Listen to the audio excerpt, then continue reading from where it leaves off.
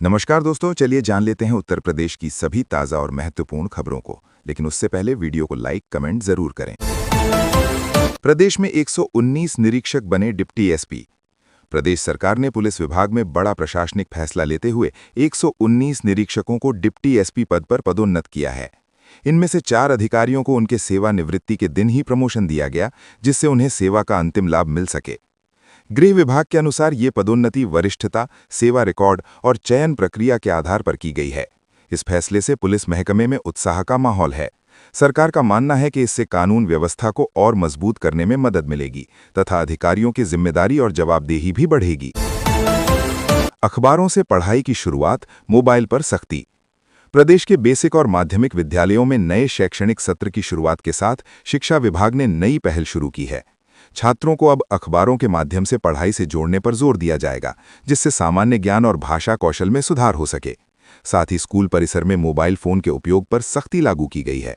शिक्षकों को निर्देश दिए गए हैं कि वे कक्षा में अनुशासन बनाए रखें और डिजिटल व्याकुलता से बचाएं।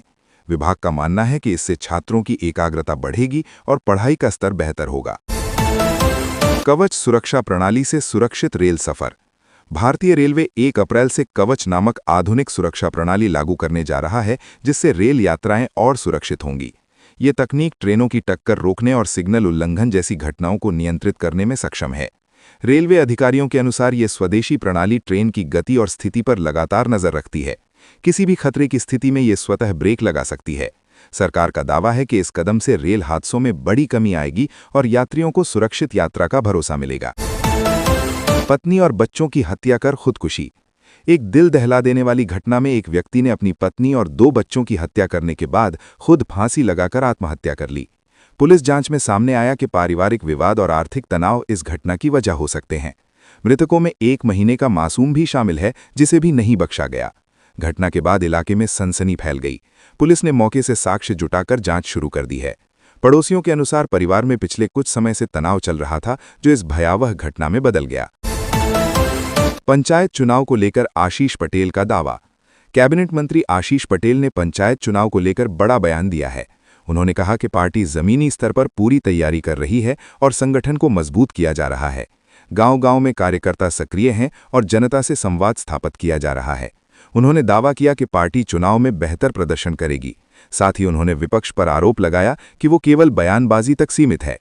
मंत्री ने कार्यकर्ताओं से अपील की कि वे विकास कार्यों को जनता तक पहुंचाएं और सरकार की योजनाओं का लाभ हर वर्ग तक सुनिश्चित करें। आईएएस रिंकू सिंह राही का इस्तीफा।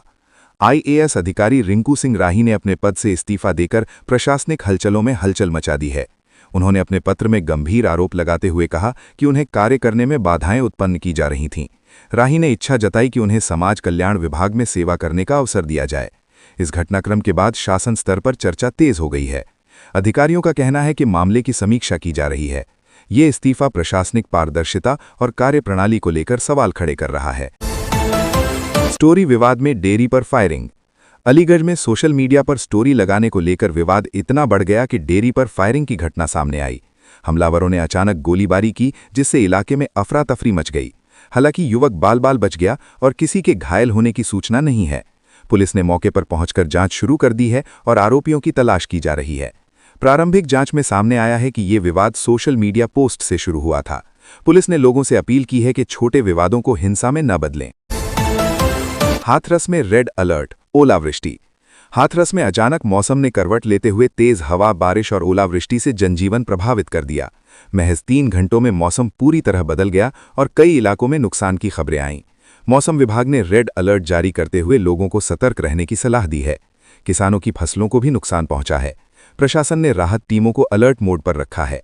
विशेषज्ञों का कहना है कि पश्चिमी विक्षोभ के कारण ये स्थिति बनी है और अगले कुछ दिनों तक मौसम अस्थिर रह सकता है। कानपुर किडनी स्कैम का खुलासा। कानपुर में किडनी तस्करी के बड़े गिरोह का खुलासा हुआ है, जिसमें टेलीग्राम के जरिए अवैध अंगों की खरीद फरोख्त की जा रही थी। पुलिस के अनुसार अब तक 50 से ज्यादा अवैध ट्रांसप्लांट किए जा चुके हैं। इस मामले में 6 लोगों को गिरफ्तार किया गया है और कई अन्य संदिग्धों की तलाश जारी है। जांच में सामने आया कि गरीब लोगों को लालच देकर उनका शोषण किया जाता था। स्वास्थ्य विभाग भी इस मामले में सक्रिय हो गया है। ये खुलासा मेडिकल सिस्टम की निगरानी पर गंभीर सवाल खड़े करता है। अखिलेश की रैली से वेस्ट यूपी में सियासत गर्म। समाजवादी पार्टी प्रमुख अखिलेश यादव की रैली के बाद पश्चिमी यूपी की राजनीति में हलचल तेज हो गई है। खासतौर पर गुर्जर समुदाय को लेकर राजनीतिक समीकरण बदलते नजर आ रहे हैं। भाजपा के कुछ उपेक्षित चेहरे सपा की ओर झुकाव दिखा रहे हैं। राजनीतिक विश्लेषकों का मानना है कि ये रैली आगामी चुनावों में असर डाल सकती है। सपा इसे अपनी मजबूती मान रही है, जबकि भाजपा इसे अस्थायी माहौल बता रही है। क्षेत्र में जातीय असामाजिक समीकरणों पर सभी दलों की नजर बनी हुई है। टोल टैक्स की नई दरें लागू। प्रदेश में 1 अप्रैल से टोल टैक्स की नई दरें लागू होने जा रही हैं।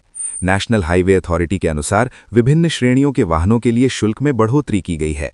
इससे आम लोगों की जेब पर असर पड़ सकता है, खासकर रोजाना सफर करने वालों पर। अधिकारियों का कहना है कि ये बढ़ोतरी मरम्मत और बेहतर सुविधाओं के लिए जरूरी है। हालांकि वाहन चालकों ने इस पर नाराजगी जताई है। नई दरों की सूची जारी कर दी गई है और सभी टोल प्लाजा पर इसे लागू करने की तैयारी पूरी कर ली गई है। गेहूं खरीद केंद्रों पर सन्नाटा। अलीगढ़ में गेहूं खरीद केंद्रों पर सन्नाटा पसरा हुआ है। किसानों का आरोप है कि सरकारी भुगतान में देरी के कारण वे मजबूर होकर आढ़तियों को कम कीमत पर गेहूं बेच रहे हैं, जिससे उन्हें आर्थिक नुकसान उठाना पड़ रहा है। प्रशासन का कहना है कि भुगतान प्रक्रिया को तेज किया जा रहा है। अधिकारियों ने केंद्रों पर व्यवस्थाएं सुधारने के निर्देश दिए हैं। किसानों ने चेतावनी दी है कि यदि समय पर भुगतान नहीं हुआ तो वे आंदोलन कर सकते हैं। ये स्थिति सरकार की खरीद नीति पर सवाल उठा रही है। मायावती की बड़ी बैठक। बहुजन समाज पार्टी प्रमुख मायावती ने पार्टी पदाधिकारियों के साथ महत्वपूर्ण बैठक की। उन्होंने कहा कि वर्तमान सरकार से जनता त्रस्त है और अब लोगों की उम्मीदें बीएसपी से बढ़ रही हैं। उन्होंने कार्यकर्ताओं को संगठन मजबूत करने और जनता के मुद्दों को उठाने का निर्देश दिया। मायावती ने आगामी चुनावों को लेकर रणनीति बनाने पर जोर दिया।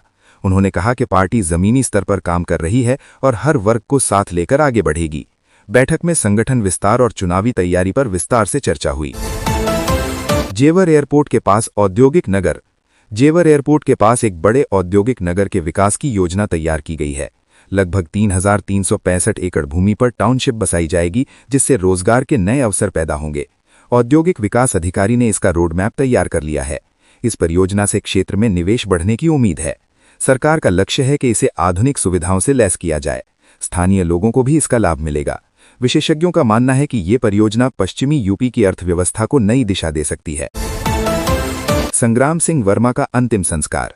पूर्व मंत्री संग्राम सिंह वर्मा का अंतिम संस्कार पूरे राजकीय सम्मान के साथ किया गया। इस दौरान सैकड़ों लोगों ने उन्हें श्रद्धांजलि अर्पित की। वे 3 बार विधायक रहे और कुर्मी समाज के प्रभावशाली नेता माने जाते थे। उनके निधन से राजनीतिक और सामाजिक क्षेत्र में शोक की लहर है। कई नेताओं ने उनके योगदान को याद किया और श्रद्धांजलि अर्पित की।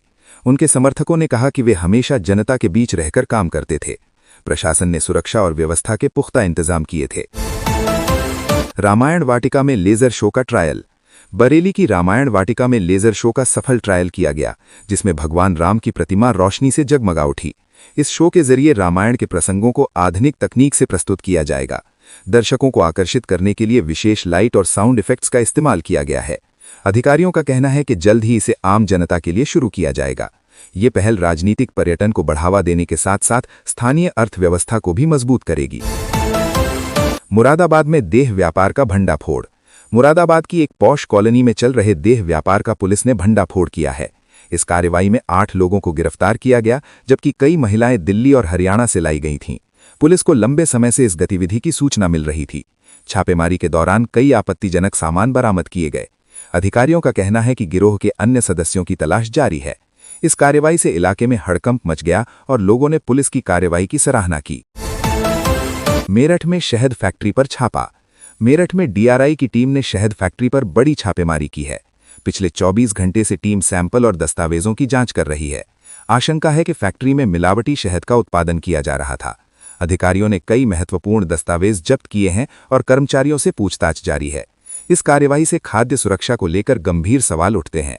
विभाग का कहना है कि जांच पूरी होने के बाद सख्त कार्रवाई की जाएगी। उपभोक्ताओं की सुरक्षा को प्राथमिकता दी जा रही है।